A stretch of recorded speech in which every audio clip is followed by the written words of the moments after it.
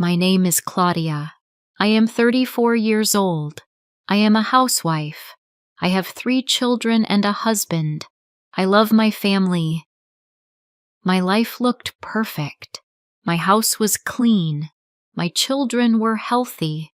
My husband worked hard and left every morning on time. My days started much earlier than everyone else's. Before the alarm clock rang, I was already awake. I put the kettle on. I prepared breakfast. I packed lunch boxes. My children came into the kitchen half asleep. They ate without thinking much. Sometimes they complained if fruit was missing or clothes weren't ready, but almost never did they ask me, "Mom, have you eaten?" My husband kissed me on the forehead. "Thanks, love, for everything. I'm late." Sometimes he praised my cooking in front of friends.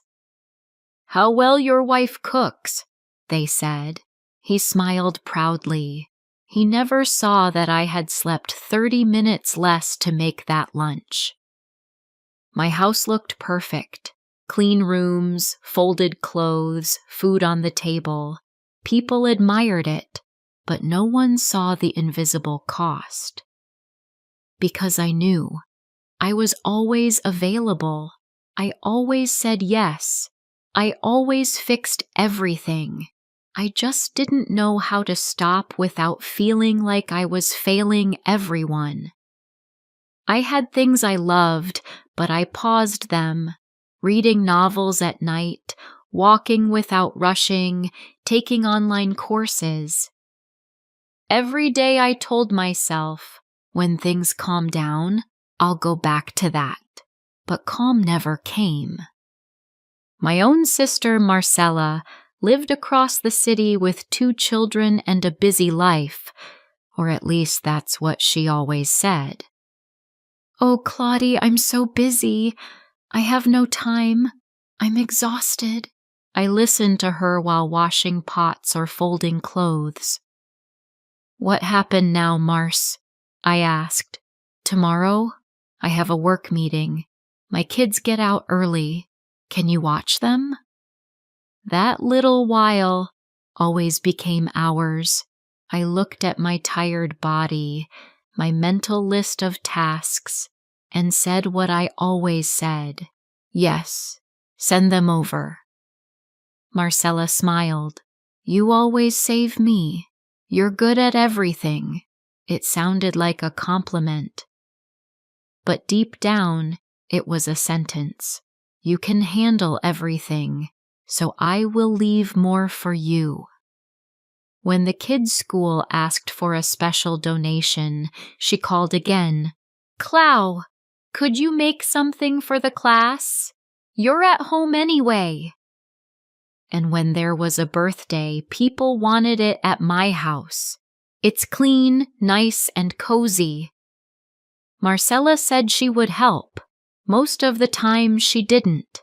After everyone left, I stayed alone, cleaning dishes and picking up leftovers. At home, things were similar.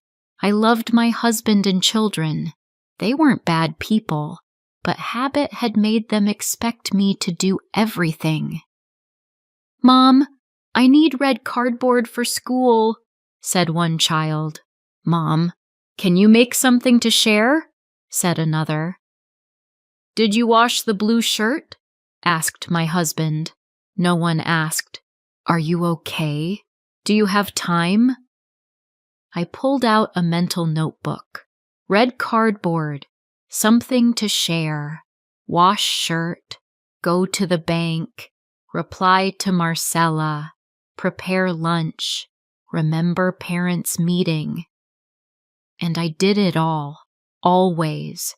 They didn't see my back pain. They didn't see I hadn't eaten. They didn't see I was exhausted. They only saw everything works. And when everything works, no one asks which piece is about to break. Days blended together. I was always tired, always saying yes. I ate standing. I went to bed with a headache. My yeses piled up like dirty dishes. I said yes to avoid trouble, to avoid disappointing anyone. Every yes took a piece of me. One day, I looked in the mirror. I didn't know who I was anymore, only who I served. At first, I thought I was just tired, but my body spoke. My heart raced. I got short of breath. I forgot things. I snapped over small things. One night, my hands trembled. My chest felt heavy. I cried. Not because something terrible happened, but because I had done this to myself for years. The next morning, I woke with fever and dizziness. My body forced me to stop. I messaged Marcella, "Today I feel bad. I can't watch the kids." She said, "Oh, just for a little while. Please help." I felt guilty and said yes again. My husband asked me to prepare dinner. In the middle of fever, noise, and exhaustion, I realized when people keep adding weight to you when you're sick, it is not help. It is silent abuse. At the doctor, I finally heard it. This isn't just tiredness. It's accumulated stress. Your body is collecting a debt. I understood. I hadn't broken from one day, but years of neglecting myself. That night, I stood in my kitchen, dirty plates around me.